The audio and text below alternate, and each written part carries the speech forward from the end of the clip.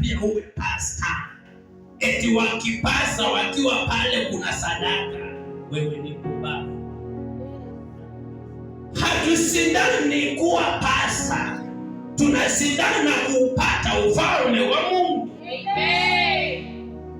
Ukianza mbio, kimbia ukijua kesho yangu ninapolala kuna mahali ninakwenda.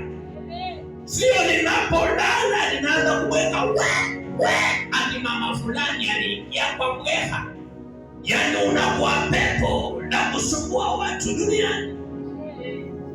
Paka mtu akizati mama fulani amekuja, mtoto analia, wanaanza kukemea, wanatoa sadaka kwa kukufunga. Kwa nini?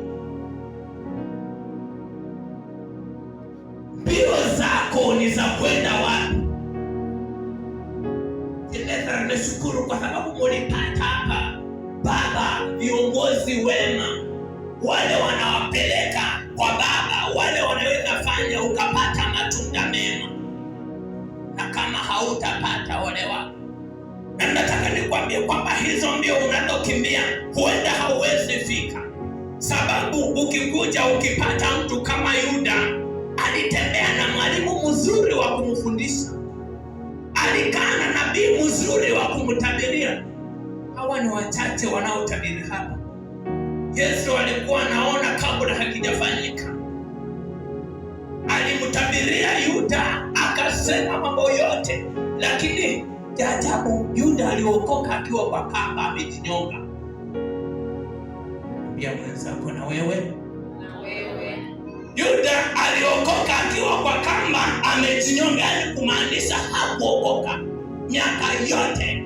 Yuda hakuokoka. Unaweza kimbia mbio, kumbe mbio zako hazikusongeshi popote. Unaweza imba hapa, unaruka, kumbe unaruka kwa ajili ya kuzimu. Hata na shetani anaweza kuimba vizuri, anaweza kasujudu, anaweza kafanya yote ya duniani. Unadhani shetani hakuwa ameokoka? Shetani alikuwa present worship leader wa Mungu mwenyewe. Ina maana ana uwezo wa kufanya zaidi yako. Haleluya. Amen. Haleluya. Amen. Waebrania 12:1-2 inasemaje?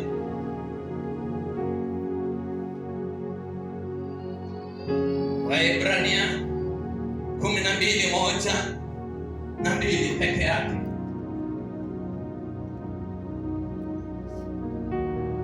Tunataka tuone mbio zetu zinatupeleka wapi. Mbio zetu zinatupeleka wapi? Kwa sababu utafanyaje ndio mbio zako zikufikishe kwa Baba? Unaweza nijibu? Njia ya kwenda kwa Baba unapita njia gani? Hamjui? Ukivaa mavazi mazuri ya kupendeza, si Baba anakuona? Sawa Baba.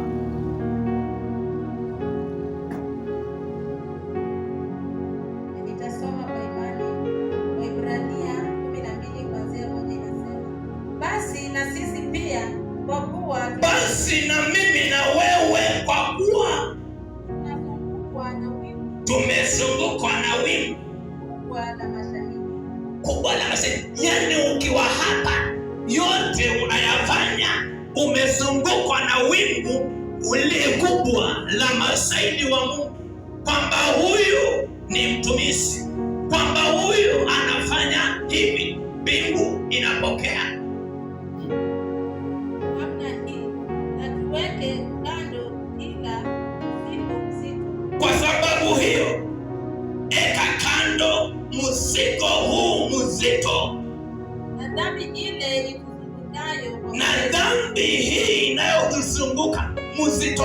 Mzigo gani wewe mwanadamu unao?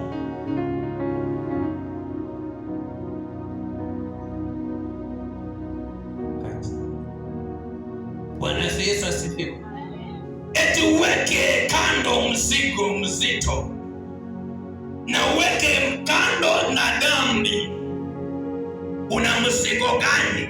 Leo hii watu hapa wanavunjika na mizigo visivyopoeza. Kuna mtu hapa ukimwambia dada, unakonda nini? Haki ya Mungu, yale nani alinifanya? Yani ana mzigo wa fulani katika moyo wake, anaendelea kukonda tu, anakonda tu. Akienda hospitali, una magonjwa? Hakuna. Una ukimwi? Hapana. Lakini anakonda. Akienda nini? Mzigo ameubeba wa fulani, unamuua. Uni anamea kitu hapa sana, tembea kama amejikunja hivi. Yani mizigo ya watu ameibeba, imemzidi uzito. Mwambie mwenzako, mizigo ya watu achana nayo. Watoto wa mtu wakisoma, achana na wao, wasome. Wacha kubeba mizigo ya uchawi ambayo haitakupeleka popote. Nabii akitabiri, unabeba mzigo huo, anajifanya na unabaki mzigo kwako, hauwezi enda popote. Achana na mizigo, eka kando mizigo. Maana tunataka tukikimbia mbio siku ya kiyama nasi tuonekane, parapanda zikilia kwa ajili yetu. Mwambie mwenzako, una mzigo gani wewe? Wewe ni nabii mzuri, wewe ni mwimbaji mzuri, wewe ni mhubiri mzuri. Hapa waliposema tuombe kwa ajili ya vita, tutaomba, kumbe ni wewe mwenye vita. Huo mzigo umeubeba. Tunaanza kukemea hapa shetani, shetani, kumbe tunakukemea wewe.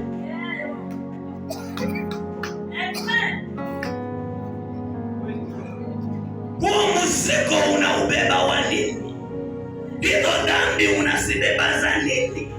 Hiyo kilio, watu wanakaa wakilia kwa nini? Achana na dhambi. Kile unajua hakikupe utukufu kwa Mungu, toka.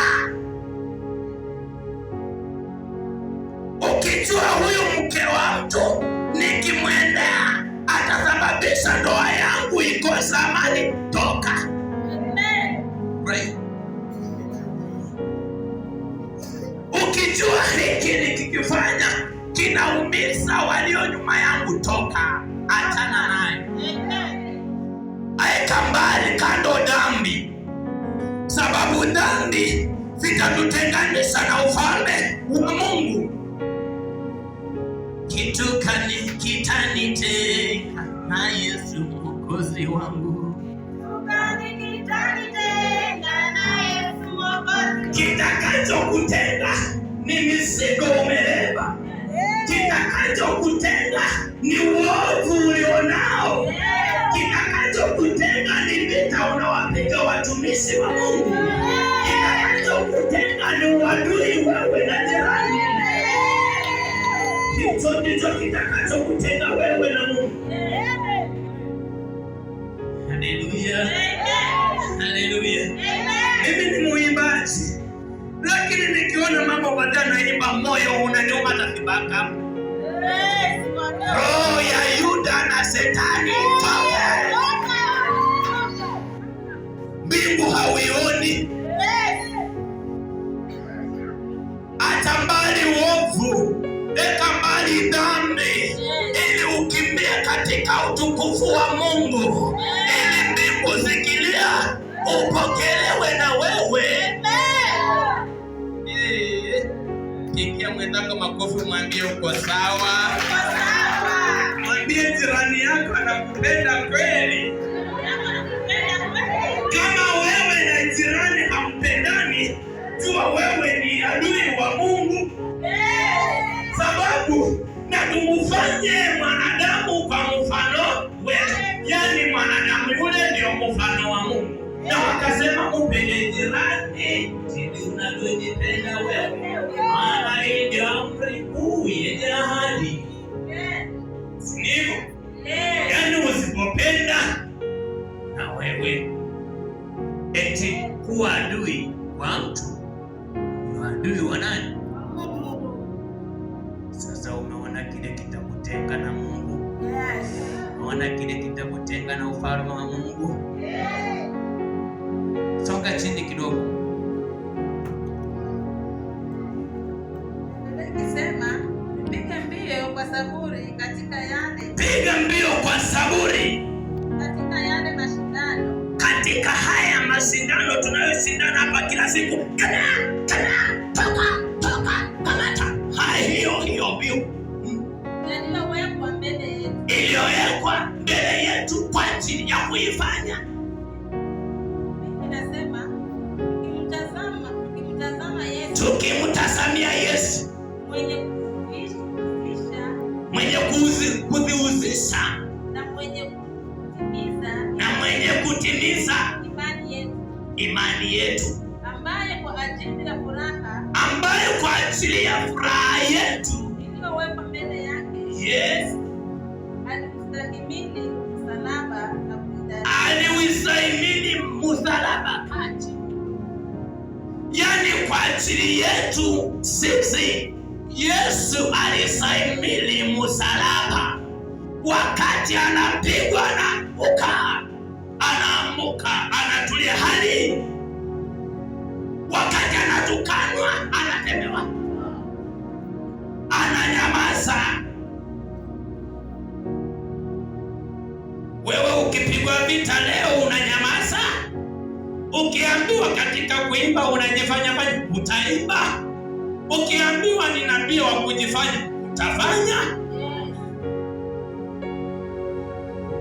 Utaona hapana, hawa wamenichukuaje? Kwani wamenionaje? Ni bora niache nibaki? Eti saini katika hayo piga mbio ukimtazamia nani? Yesu Kristo. Huyo ndiye aliyekuita akakutuma akasema, mwanangu, enda fanya kazi yako. Lakini mwanadamu hana wema.